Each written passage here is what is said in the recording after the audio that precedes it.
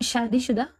اس پر تو صرف بھوت سوار تھا اس کو مار ڈالنے کا، آخر وہ ہوتا کون تھا اس کی محبت کی جان لینے والا؟ وہ سوچی تھی کہ آخر کیوں جان نے اسے دوبارہ رابطہ نہیں کیا، کیوں کیوں اس کی محبت کے وہ دعوے جھوٹے نکلے، مگر اصل حقیقت اب سامنے آئی تھی کہ سامنے کھڑے فرعون نے اس کی محبت کو مار ڈالا۔ پھر وہ کیسے اس کے پاس آتا، کیسے اس کو اپنی محبت کا یقین دلاتا؟ ساری فساد کی جڑ یہ معراج راجپوت تھا جس کا اس دنیا سے چلے جانا ہی بہتر تھا، تبھی سب سکھ کی سانس لے پاتے۔ اس سے پہلے کہ وہ کتم کتا ہوتے، نبراس کی آواز نے جھٹکے سے ان دونوں کو ایک دوسرے سے الگ کر دیا تھا۔ کیا ہو رہا ہے یہاں، کوئی بتائے گا مجھے؟ اس کی آواز درختگی لیے تھی جس پر معراج راجپوت کا رنگ ایسے سفید پڑا تھا جیسے کوئی چور چوری کرتے پکڑا گیا ہو۔ دوسری جانب رانی گہرے گہرے سانس بھر رہی تھی، خوف سے، اور بھاگ کر جاتے ہوئے نبراس کے پیچھے چھپ گئی، جسے نبراس نے آگے کرتے اپنی محفوظ پناہوں میں سمیٹ لیا تھا اور اس کے سر پر تھپکنے لگا۔ کیا ہوا رانی، تم ٹھیک تو ہو؟ کیا تمہیں اس نے کچھ کہا؟ وہ مشکوک نظروں سے معراج راجپوت کو دیکھتے ہوئے رانی سے بولا، جس پر رانی نے کپ کپاتے ہوئے بس اس کے کرتے کو سختی سے جکڑ رکھا تھا۔ وہ کوئی جواب نہیں دے رہی تھی جب معراج راجپوت نے ہی بولنا مناسب سمجھا۔ ارے میں اس کو کیوں کچھ کہوں گا، میں تو بس اپنی نئی کزن سے مل رہا تھا، یہی مجھے غلطی سے چور سمجھ بیٹھی اور مجھ پر وار کرنے لگی تھی کہ میں نے اسے روک دیا۔ وہ کندھے اچکاتا ہوا اپنی ساری غلطیوں اور گناہوں سے کتنی آسانی سے بری الزمہ ہو گیا تھا۔ رانی اسی بات پر نفرت بھری نگاہوں سے اس کو دیکھنے لگی تھی اور نبراس کو وہاں سے چلنے کا اشارہ کرنے لگی، جس پر نبراس ایک قہر بھری نگاہ معراج راجپوت پر ڈالتے ہوئے رانی کو لے کر وہاں سے نکلتا چلا گیا۔ وہ جانتا تھا کہ رانی مردوں سے ڈر جاتی ہے، اور اب بھی وہ اس طرح معراج راجپوت سے بھی ڈر گئی تھی، مگر وہ یہ نہیں جانتا تھا کہ وہ مرد ذات سے جس وجہ سے خوف کھاتی تھی، وہ اصل وجہ تو وہی شخص تھا جسے وہ کچن میں پیچھے چھوڑ آیا تھا۔ اسے رات کو نیند نہیں آ رہی تھی کیونکہ وہ اب بھی شہزاد کے بارے میں سوچ رہا تھا، اور سوچتے سوچتے کب وہ رات کو لان میں نکل آیا اسے پتہ ہی نہ چلا، مگر وہاں سے واپس آتے اس نے کچن کی لائٹ جلتی دیکھی اور کھٹکے کی آواز سنی تو وہ تجسس کے ہاتھوں مجبور ہوتا کچن کی جانب چلایا۔ جب اس نے رانی کو معراج سے خوف کھاتے دیکھا تھا تو اس نے پوچھ گچھ کرنا لازم سمجھا۔ تم وہاں کیا کر رہی تھی رانی؟ نبراس نے اس کو بیڈ پر بٹھاتے ہوئے تسلی دیتے پوچھا، جس پر وہ نفی میں سر ہلا گئی۔ بھائی میں اس بارے میں کچھ بات نہیں کرنا چاہتی، وہ رخ موڑتے ہوئے بولی تھی، جس پر نبراس گہرا سانس بھر کر رہ گیا تھا کیونکہ اس کا رویہ ازل کی طرح سرد تھا۔ وہ مرد ذات کے بارے میں زیادہ بات کرنا پسند نہیں کرتی تھی۔ سب چھوڑو، تمہارے لیے خوشخبری ہے، وہ اشتیاق سے اس کی توجہ اپنی طرف کرتے ہوئے بولا، جس پر رانی کی آنکھوں میں بھی تجسس ابھرا تھا اور اس نے اپنے بھائی کی آنکھوں میں چمکتے ہوئے جگنو شاید پہلی بار دیکھے تھے جب وہ اس سے ملی۔ ارے ایسی بھی کیا بات ہے جو میرے بھائی کے چہرے پر کھلتی ہنسی لانے کا سبب بنی؟ کیونکہ جب سے یہاں آئی ہوں میں نے آپ کو بھی دل سے مسکراتے نہیں دیکھا، مگر آپ کے چہرے پر آج یہ خوشی حقیقی معنوں میں دل سے نکلی لگ رہی ہے۔ بتائیں آخر وجہ کیا ہے؟ مجھے جاننے کی جلدی ہے، رانی بےتابی سے اس کے دونوں ہاتھ تھامتے ہوئے خوش دلی سے بولی تھی، جس پر وہ نم آنکھوں سے مسکراتے ہوئے بولا، تمہاری بھابھی واپس آ گئی ہیں، مل گئی ہے مجھے میری شہرزاد، اور یقیناً میں تمہیں بھی اس سے جلد ملواؤں گا۔ اس کی بات پر رانی بھی خوش ہوئی تھی اور اس سے پوچھنا ضروری سمجھا، تو پھر آپ بھائی ان کو واپس کیوں نہیں لے کر آئے اپنے ساتھ؟ اس کی بات پر جس سے نبراس کے ہونٹوں سے کسی نے مسکراہٹ نوچ کر رکھ دی تھی اور وہ پریشان ہوا، ساتھ نبراس بھی۔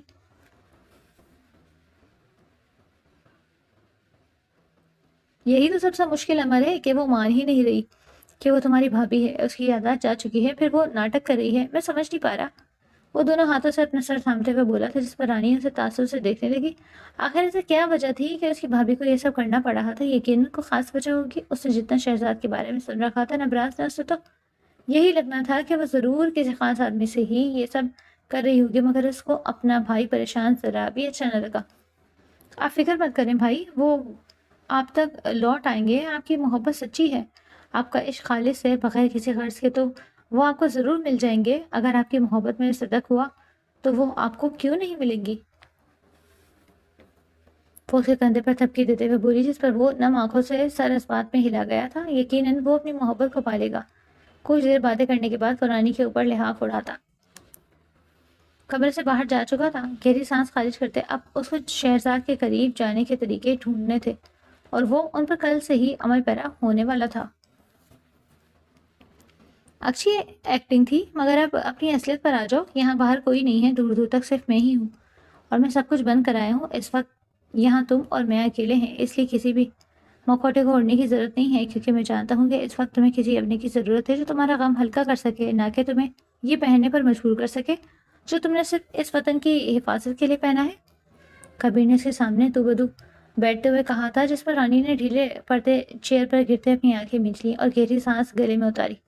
آنکھیں نم ہونے لگی تھی جبکہ چہرہ سرخ پڑتا جا رہا تھا۔ وقت کے ساتھ ساتھ وہ اپنے احساسات چھپا نہیں پا رہی تھی۔ اب کبیر سے اور کیا چھپاتی اور کیسے چھپاتی؟ آج کا دن بہت ہی تھکا دینے والا تھا، یا پھر اس کو اندر تک توڑ کر رکھ دینے والا، کیونکہ اس نے آج اپنے ہاتھوں سے اپنے عشق، اپنی محبت کو نقصان پہنچایا تھا، اس کا خون بہایا تھا۔ کبیر کی نگاہ بے ساختہ اس کے ہاتھوں پر گئی تھی جہاں پٹیاں بندھی تھی۔ اس نے زبردستی اس کے ہاتھ کھینچتے ہوئے پٹی اتار کر دیکھی تو اس کے ہاتھ پر جگہ جگہ کٹس لگے تھے۔ کبیر اس کو تعصب بھری نظروں سے دیکھنے لگا۔ مجھے لگتا ہے صرف تمہارا شوہر ہی پاگل ہے، مگر اب تمہاری اس حالت کو مد نظر رکھتے ہوئے مجھے یہ لگ رہا ہے کہ تم ایک واقعی پاگل شوہر کی پاگل بیوی ہو، وہ اس کو رکھ لہجے میں بولتے ڈانٹتے ہوئے بولا تھا، جس پر وہ سر جھٹک کر رہ گئی۔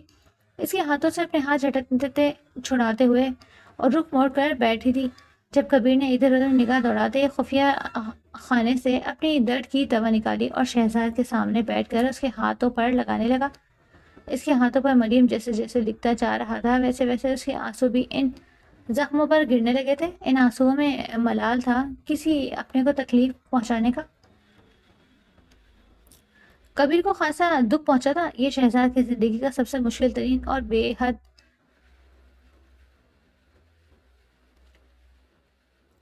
شفاف مشن تھا، جس میں وہ اپنے کسی بھی پیارے شخص کو یہ ظاہر نہیں کر سکتی تھی کہ وہ ہی ان کی اپنی شہزاد ہے۔ کتنے کرب کی بات تھی یہ اس کے لیے کہ وہ اپنوں کو نہیں بتا سکتی تھی، اپنے لوگوں کے قریب نہیں جا سکتی تھی، ان کو چھو نہیں سکتی تھی، ان سے پیار نہیں کر سکتی تھی، اور یہ سب کتنا مشکل تھا۔ کبیر سے بہتر یہ بات کوئی نہیں جان سکتا تھا۔ وہ جانتا تھا کہ اپنی مٹھی کے لیے کسی نہ کسی کو تو قربانی دینی پڑتی، اور اس بار اس نے مٹھی میں شہزاد کو چنا۔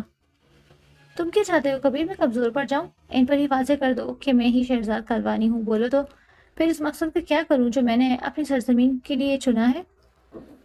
وہ اپنی سرخ رنگ آنکھیں کبیر کی نگاہوں میں ڈال کے بولے، میں نے ایسا کب کہا شہزاد؟ میں جانتا ہوں یہ زمین والے اس مقصد کے لیے کسی کو ہی چنتے ہیں، اور تم ان خوش نصیبوں میں سے ایک ہو جس کو خفیہ ایجنٹ بنا کر یہ کام دیا گیا۔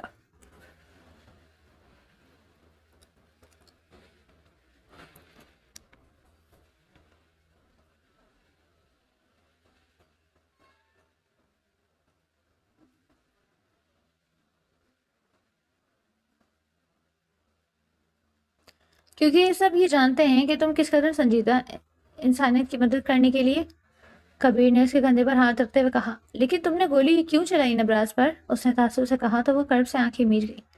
میرے ہاتھ لرز رہے تھے، نشانہ میں نے ساگر پر ہی لیا تھا، مگر نبراس آگے آ گیا۔ یہ تم بھی جانتے ہو، ہمارا ٹارگٹ ساگر تھا، ورنہ شہزاد مر تو سکتی ہے کو جا کے نبراس کو مارنے سے پہلے وہ خود اپنے آپ پڑنا پسند کرتی۔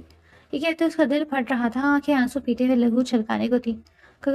کیسا تھا وہ؟ ٹھیک ہے کیا؟ اسے زیادہ تو نہیں لگی؟ اس کے لہجے میں پنپتی بے چینی محسوس کر کبیر زیر لب مسکرایا، ادھر کی ادھر ہو جائے گی مگر یہ لڑکی اپنے دیوانے شوہر کی فکر کرنا نہیں بھولے گی۔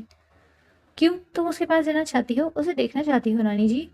وہ اس کو تنگ کرنے کی نام کھینچتے ہوئے بولا تھا تو وہ اسے خونخوار نگاہوں سے تکتی سر جھٹک گئی۔ وہ لڑکی کہاں ہے؟ کبیر سنجیدہ ہوتے بولا، جہاں اسے ہونا چاہیے، محفوظ مقام پر۔ جب ایسی بے یار و مددگار لڑکیاں مشکل میں گریں گی تب مجھ جیسی کوئی شہزاد ان کی مدد کو ضرور آئے گی۔ یہ وقت لڑکیوں کو سکھانے کا ہے کہ یہ وقت ڈرنے کا نہیں بلکہ اپنی عزت بچانے کے لیے پچاڑ کے رکھ دینے کا ہے۔ یہ وہ لہجے میں تجھی اور جذبہ لیے آنکھوں میں ایک عظیم سے قررائی تھی۔ رانی صبح صبح کھیتوں میں اپنے دانت برش کرتی اور وہاں کی تازہ گھاس کو دیکھتے اپنے اندر ٹھنڈی ہوا اتار رہی تھی جب اس نے ادھر ادھر دیکھتے ہوئے کرلی کرنی چاہی۔ یہ لوگ، اس کے بغیر تمہارا کام نہیں چلے گا۔ پیچھے سے ہی کسی نے گلاس میں پانی ڈال دیا تھا۔ اس آواز پر اس نے جھٹکے سے پلٹ کر دیکھا جہاں نبراس پانی کا گلاس لیے کھڑا شریر نگاہوں سے تکتے دیکھ رہا تھا۔ نبراس کو تکتے اس کو شدید غوطہ لگا تھا کہ اس کے پیسٹ گلے میں جا اٹکی۔ جب اس نے نبراس کو خوفناک نگاہوں سے تکتے اسے جھپٹ کر پانی لے کر گلا صاف کیا تھا اور گلاس میں باقی بچے پانی کو اچانک نبراس کے منہ پر پھینکا تھا، وہ اس ٹھنڈ میں اچھا خاصا کپکپا کر رہ گیا تھا۔ رانی نے اپنا قلم نوازی پر تمسخر سے اس کا خوشیدہ چہرہ دیکھنا چاہا، مگر یہ کیا؟ وہ تو مسکرا رہا تھا۔ اس کے شدید عمل اور حد کامل رویے کے بعد بھی اس کے ماتھے پر ایک شکن تک نہ آئی تھی جو رانی کو اور جلا گئی تھی۔ اتنی صبح اپنی منحوس شکل لے کر کیوں آ گیا رے؟ تو میرا موڈ برباد کرنے؟ وہ بازو ٹانگتے بولی۔ اپنی بیوی کو منانے آئے ہوں، آپ نے دیکھا ہے کیا؟ کہیں ہوگی، آپ سے ملتی جلتی ہے نا؟ ناک پر اصل غصہ رہتا ہے، ماتھے پر ایک آدھ تیوری، اور آنکھیں ہمیشہ الگ ہل رہی ہوتی ہیں۔ اس کے کھینچے گئے نقشے پر اس کے غصے کا گراف بڑھتا چلا جا رہا تھا۔ اپن کے ہاتھوں میں شہید ہونے آیا ہے کیا تو؟ وہ اس کا کالر تھامتی بولی۔ وہ تو کب کا ہو گیا؟ میں آنکھ کی نظر سے وہ دل پر ہاتھ رکھتے گرتے بولا۔ اگلا پارٹ لاسٹ